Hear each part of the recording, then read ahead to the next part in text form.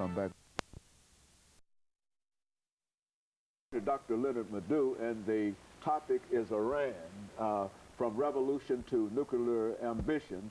Dr. LMadu has already laid out the ethnic situation in Iran up to this point, and of course, Dr. LMadu, let us allow you to continue that conversation that we had earlier. Yeah, and you know, like I said previously, when the clerical establishment and other Iranians felt that, you know, the United States was chewing far more in Iran than they really wanted to, they started coalescing around, you know, the clerical establishment to overthrow the Shah.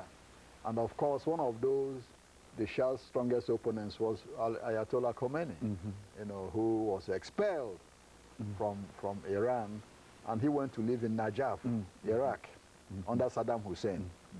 The Shah, you know, reached an agreement with Saddam Hussein later for Saddam Hussein to expel Ayatollah Khomeini from Iran, from Iraq, you know, to Paris. But when he did that, he didn't know he was killing himself. Now, in Iraq, Khomeini and his group didn't have exposure to the world press. Now, when Khomeini got to Neufville-le-Château in France, he got, you know... And it goes with our kitchen beautifully. The fact that there is not so many pieces to have to take off and maneuver around your kitchen, you will use it frequently. Who used to be a cancer specialist here, so all of them started teaching him how to talk to the world press and write things for him and all that. So eventually, you know, in January of 1979, the Shah left Iran, you know, and came to the United States and to Panama and to Egypt finally, you know. A Muslim called Dr. Shapur Bakhtiar. Bakhtiar is from, you know, an ethnic group called the Bakhtiaris. That's how he got his name, Bakhtiar. So he became, you know, the prime minister. But then in February of '79, he was forced to flee, you know, for dear life to Paris. And Khomeini came back and became, you know, the Velayat el-Faghi, you know, of Iran. Then a revolutionary government was established, and you had an Islamic Revolutionary Council, you know, that was ruling the country. What happened was that Khomeini established what you call an Islamic theocracy. You know, Iran actually is what you call a theocratic democracy. Though we might not like it, but at least they vote. Unlike some of our friends, you know, in the Middle East, where nobody has ever voted, you know. So he had a theocracy with a president, a parliament called a Majlis, Shura, that's the name of their parliament, and three key, you know, what you call three key executive bodies, like the way we have our check, you know, and balances here. Executive, judicial, legislative. Exactly. He had what you call the Assembly of Experts, which is headed now by Hashemi Rafsanjani. His job is to appoint the supreme leader, you know, for life. The supreme leader is appointed for life, but they can remove the supreme leader. It's a council of about 86 members, you know, chosen, you know, for 8 years. Then you have the Council of Guardians, which organizes the elections and monitors this and makes sure people who are, you know, selected, you know, true and pure for the revolution. Then you have the Expediency Council that makes sure anybody running for office and all that, and you know, is correct. Good. So that's how you have the checks and balances. Now, the president of Iran actually doesn't run the show. You know, the show is run by the supreme leader, you know, on the advice of the Assembly of Experts. Now, the supreme leader, you know, is like a pope, because that's why he's for life. You know, it's like a pope. The president, you know, can make decisions, but the supreme leader has to sign off on all this.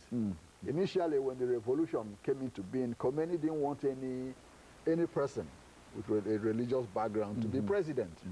You know, the first president was Abul Hassan Bani Sadr. When he disagreed with Khomeini, you know, he went into exile. Then Khomeini appointed somebody else who was voted for, Dr. Raja'i, Ali Raja'i. He was assassinated after some few months. So the inability to find other civilians to fill that post made Khomeini to accept the present supreme leader as president. Khomeini, he became president in 1981 until 1989 when Khomeini died. So he was elected as supreme leader in 1989. Then Hashemi Rafsanjani, became president.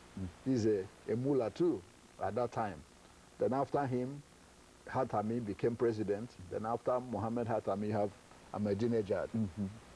What is very important here is that the current supreme leader actually doesn't have the respect of the clerical establishment because they think he doesn't have the religious credentials to be the supreme leader.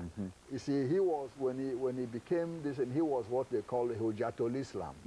In the Shiite religious hierarchy, you have the mullahs, you have the Hujjatul Islams, you have the Ayatollahs, then you have the Grand Ayatollahs. So when he became this, he was the Hujjatul Islam. He went all the way up. Then he was promoted to Ayatollah so that he can be able to have this post. While you have other Grand Ayatollahs, you have somebody called Grand Ayatollah Ali Montazari, who Khomeini anointed first, but then fell out with Khomeini. Then you have another one called Shariat Madari, Mohammed Kazem Shariat Madari. He was a Grand Ayatollah. He's from Tabriz. He was senior to Khomeini. Then you have Ayatollah Mahmoud Telegani. These are all, very much senior to Khomeini. And then, of course, Rafsanjani himself was a Hujjatul Islam on the same level with Khomeini.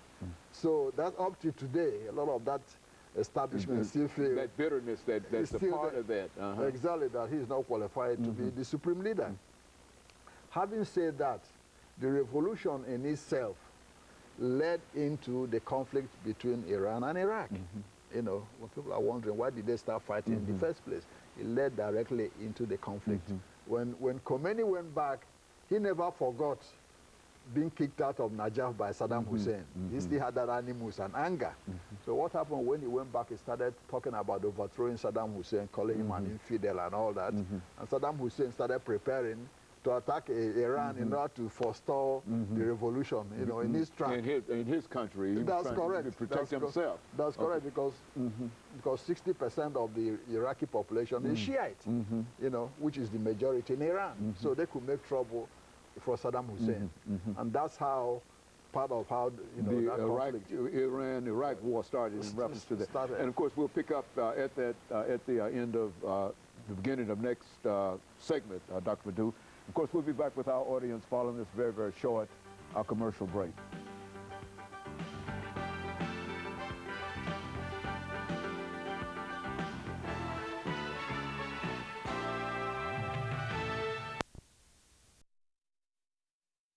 Final segment of the show for today.